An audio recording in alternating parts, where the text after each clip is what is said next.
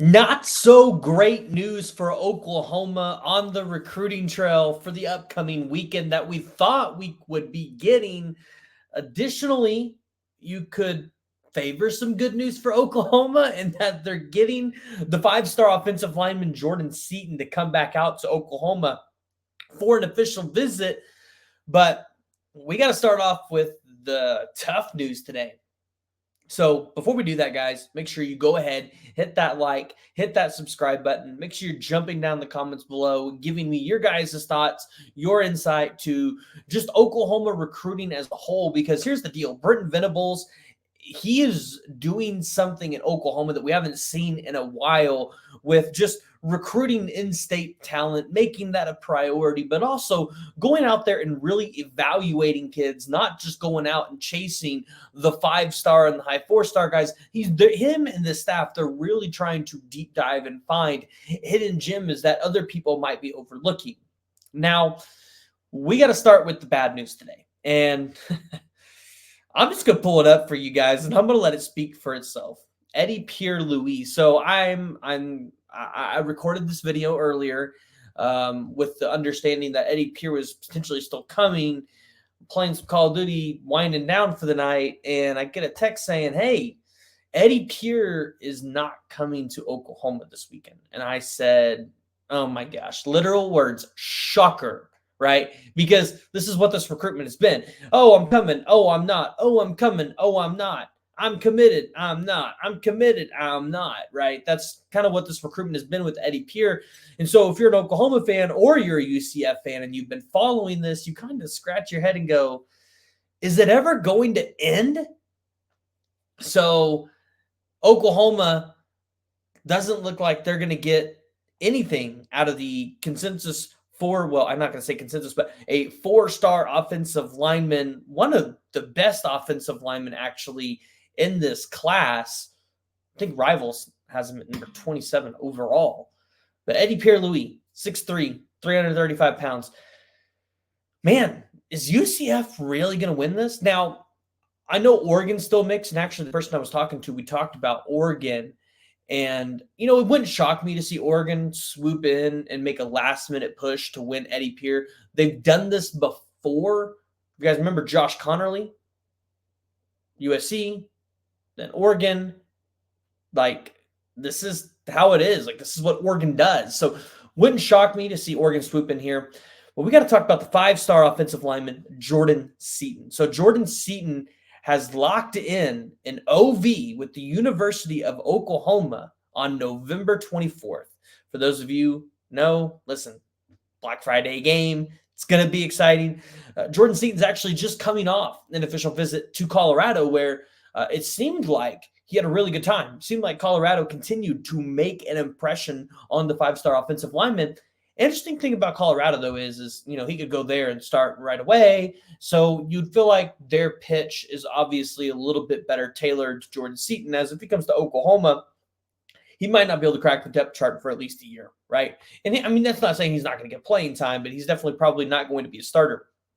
Caden Green, an absolute monster. If you asked me at the beginning of the season, I wouldn't have said was going to be a starter, right? I said now out of all of the players that could potentially start, Caden Green could be there, but you don't expect a true freshman to start on the offensive line because as you've seen with Caden Green, true freshmen just make mistakes and it's nothing on them, but sometimes that's just how it works. So Oklahoma's getting an official visit on November 24th. Ohio State is up this weekend. And the Ohio State Buckeyes, listen, they want to continue to shore up their trench play over the next couple of years, especially with adding USC and Washington and UCLA to their conference. So interesting. We'll have to follow this one and actually see if Oklahoma can get Jordan Seaton on campus. Additionally, if he does come on campus, does David Stone follow Jordan Seaton and try to recruit him, right? And that was going to be the big thing for this weekend I was excited about. You get Eddie Pierre, you get Grant Bricks on campus. Maybe David Stone shows up because it's a 6 p.m. game. It's a little bit easier to travel out for that one. maybe you get some of that elite talent like Danny Okoye, Andy Bass, Bergen Kaisar, Josh Isosa, Michael Patterson McDonald, Xavier Robinson, Kevin Sperry, and you really get the opportunity to get some of these guys in front of them and they make the pitch from the players themselves, right? That's what I was excited for. Unfortunately, Eddie Pierre will not be a part of that. At least that's what it sounds like as of right now. However, with this kid, it would not shock me to find out Friday that this kid decided that he wanted to come and he's in Norman.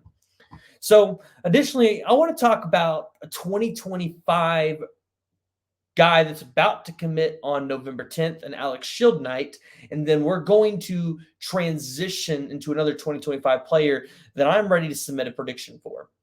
So Alex Shieldknight, the 6'3", 220-pound edge rusher out of Wagner, Oklahoma, he is set to make his decision on November 10th. And I believe it might be before his game, maybe after. I believe they're playing Broken Bow, which is where my wife's mom is from. So I know they're going to kind of be watching that game and kind of seeing what's going on. But Alex Shieldknight is going to be looking to make his commitment. And this has been a Oklahoma-Arkansas battle. No new news there outside of, hey, if you're just Oklahoma, you feel good about potentially landing this commitment. Now, the one that I'm pretty much ready to submit my prediction for is the 4-star cornerback out of Shadow Creek High School in Pearland, Texas, Kobe Sellers. So Kobe Sellers is a 5'11 and a half, 165-pound corner out of Pearland, Texas. And if you were Oklahoma, it seemed like you were really going to be battling Texas and Texas A&M down the stretch.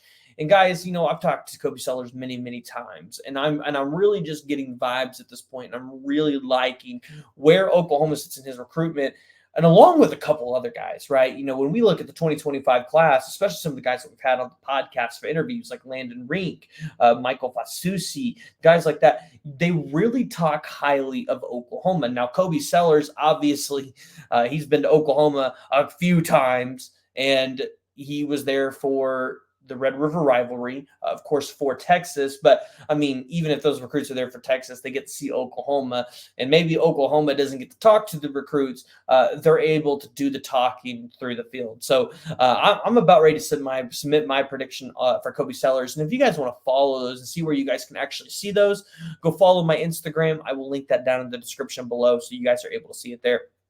So be on your lookout for that.